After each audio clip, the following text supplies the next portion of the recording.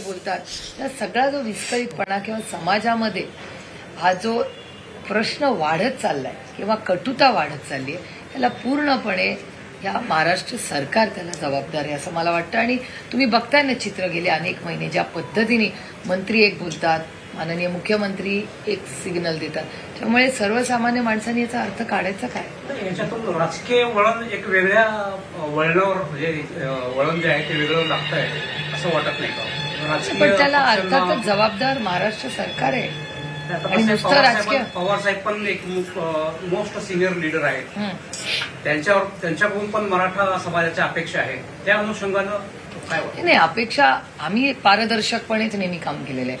मराठा, धनगर, लिंगायत, मुस्लिम आणि भटक्या विमुक्त समाजाच्या आरक्षणाच्या बाबतीत आमची पूर्णपणे सहकार्याची आणि चर्चा करून मार्ग काढायची तयारी आम्ही पहिल्या दिवसापासून गेले 10 वर्ष अमोलदादा आणि मी खासदार आहे.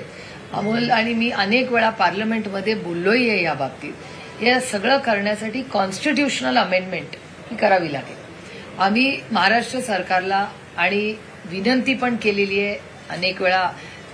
जेव्हा असेंब्ली चालू होती तेव्हाही आमच्या पक्षाच्या वतीने आमचे सगळे मोठे सहकारी आणि नेते बोललेले की आम्हाला ह्या बाबतीत चर्चेला आम्ही तयार आहोत.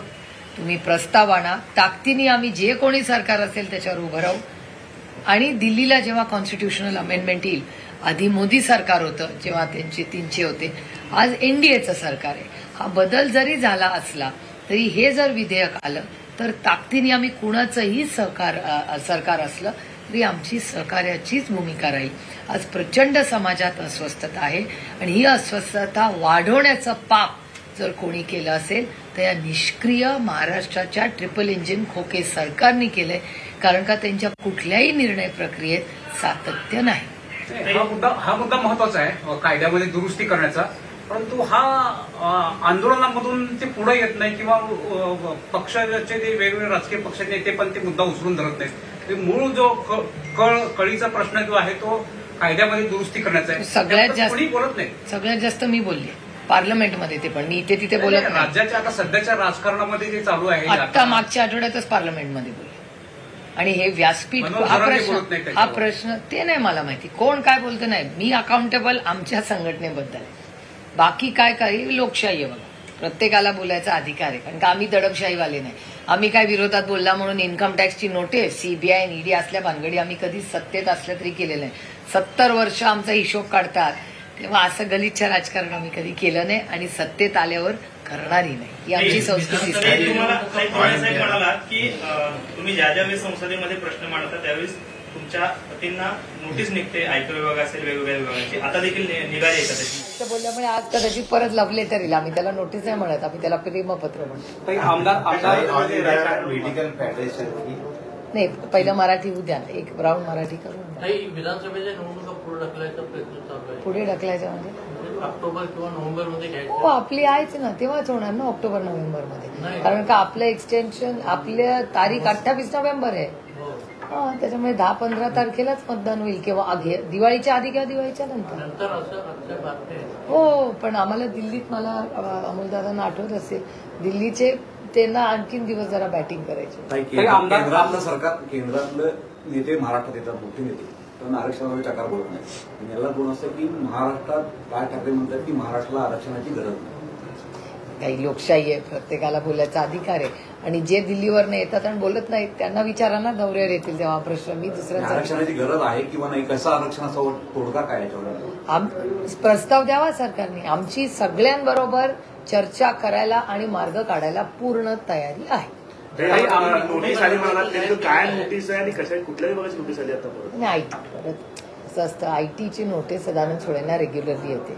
आम्हाला त्याची सवय झाली, त्याचं आम्ही उत्तर देतो आणि मग ती परत फाईल बंद होते का काय आणि परत येते. किती नोटीस आहे तेच मी सदानंद सोळेंना डेटा काढायला सांगितलंय की को रिलेट करायला पाहिजे. मला उगाच यांच्यासारखी आरोप करायची सवय नाही, पण ते आपण को रिलेट करूया की मी किती वेळा पार्लमेंटमध्ये बोलले आणि नोटीस किती वेळा आली. हा को रिलेट डेटा करून मी माझ्या फेसबुकवरच टाकणार आहे. सदानंद सोळेंना आजच विनंती केली की बरं जरा बघावं. काही आमदार महेश शिंदेंनी लाडक्या बहिणीबद्दल वक्तव्य केलं आहे. सेम वक्तव्य रवी राणांनी सुद्धा केलेलं आहे. मतं द्या नाहीतर आम्ही पैसे परत घेऊ, याकडे कसं पाहताय? म्हणजे मला काही आश्चर्य या सरकार, माझ्या काही अपेक्षाच नाहीत या सरकारकडून. आणि गलिच्छ राजकारण आहे. म्हणजे दूध का दूध पाणी का पाणी. आजकाल भारतीय जनता पक्ष आणि त्यांचे सगळे जे मित्र पक्ष आहेत त्यांनी फेक नॅरेटिव्ह वगैरे असा एक शब्द दिल्लीचा भारतीय जनता पक्षाला पाठ होता, तो आता त्यांच्या मित्र पक्षांनाही पाठ झाला, फेक नॅरेटिव्ह. तर तो फेक नॅरेटिव्हचा भाग त्यांना जे वाटत होतं, आता दूध का दूध पाणी का पाणी, कसं पोटातलं ओठात आलंच की नाही. त्याच्यामुळे हे जे नाराज आहे का खुश आहे? कुठली ही लाडकी बहीण, ही लाडकी म्हणजे महाराष्ट्राची आपण- लाडकी बहीण योजना, कशा बाबतीत नाराजी ठेवू मी? दादानी सुद्धा परवा बोलताना सांगितलं की माझी लाडकी बहीण दुरावली आहे असं सांगितलं होतं. ठीक आहे, नाती काही चॅनलवर बोलायचा विषय नसतो.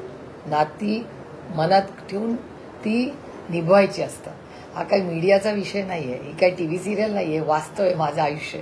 आणि माझं आयुष्य मी काय स्लीववर घालून चॅनल्सवर त्याचा पारदर्शकपणे त्याचा तमाशा करायला मला तरी आवडत नाही, माझ्या संस्कृतीत तसं एक. आणि दुसरं की मी एक लोकशाही पद्धतीने बारामती लोकसभा मतदारसंघांनी मला निवडून दिलेलं आहे. त्याच्यात माझ्या नात्यांना जागा नाही. माझी नाती ही महाराष्ट्राच्या प्रत्येक कुटुंबाशी जोडलेली आहे.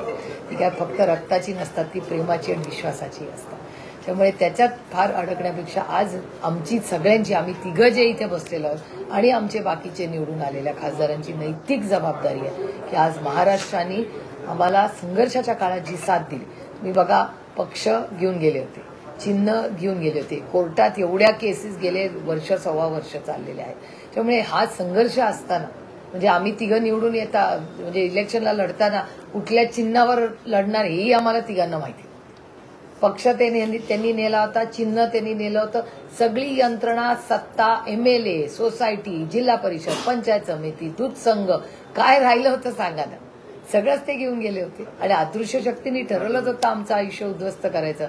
पण एक गोष्ट आहे की ह्या लोकशाहीमध्ये सगळ्यात मोठी ताकद ही नेते, पैसे आणि यंत्रणा नाही, ह्या राज्यातली इमानदार मायबाप जनता आहे. आणि त्या जनतेची ताकद या लोकसभेमध्ये देशाने दाखवून दिली. तर आरक्षणाबाबत यावेळी सुप्रिया सुळे बोलत होत्या. सरकारनं प्रस्ताव आणावा, आम्ही त्याला सहकार्य करू असं सुळेंनी म्हटलंय. दरम्यान राज्यामध्ये सध्या गलिच्छ राजकारण सुरू असल्याची टीका सुद्धा सुळेंनी केली.